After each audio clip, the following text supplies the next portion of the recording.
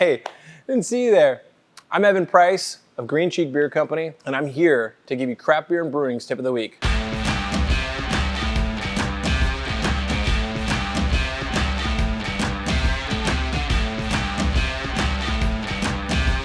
Water's tricky. It has taken me a long time to continue to figure out water, and I think it's tough because there's so much to read about what this is and how it influences the beer in so many different ways. And one of the hardest parts is trying to figure out where you start. I would say less is more. Start with the cleanest water profile that you can start with. For our brewery, we use RO water. We're blending in a small amount of charcoal filtered water just to bring up the mineral content just a little bit. But we are then, for all of these beers, messing around with the chloride to sulfate ratio. For something like West Coast Pils, we want more of a balanced profile, leaning more towards chloride. We want a little bit rounder of a palate. That lower ABV really makes it more difficult to fill the beer out in all the right ways. And so a little bit of chloride at about 1.2 parts to 1 part sulfate is a spot that we really like. That profile ends up being something that can help push these hops in a way to where we're not getting a gypsum-like drying plastery kind of character from these beers, but instead we're getting hops.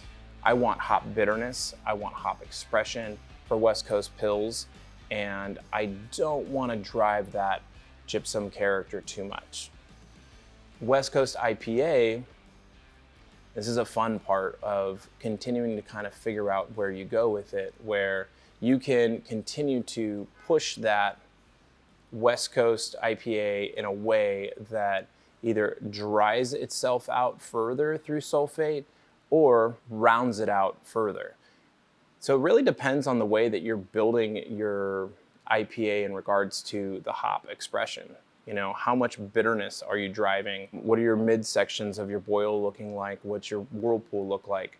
And as you're continuing to drive this through, you're gonna wanna think about those elements. For West Coast Double IPA, sulfate-rich beer, we have played around with levels as high as 6-to-1 sulfate to chloride. We've ended up in a spot about 3 parts sulfate to 1 part chloride, ends up being a really nice spot.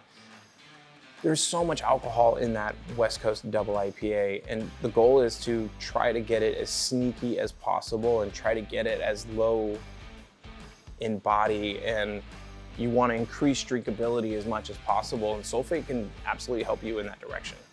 So that's something to continue to consider. For charcoal filtered water brewers out there, you don't have the luxury of RO, totally fine. You can look at your water report. I would suggest throwing it into something like Brewing water. There's a range of different water software programs out there that can help direct you into all of the different levels. But I would suggest to use less of whatever you think instead of more.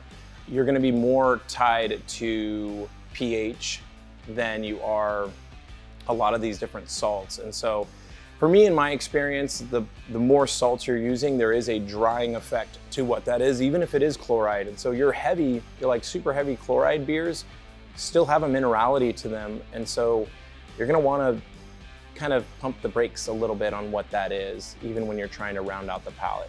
For more on brewing, slightly above average sometimes when I'm in a good mood, West Coast IPA, pilsners, and double IPAs, click the link below.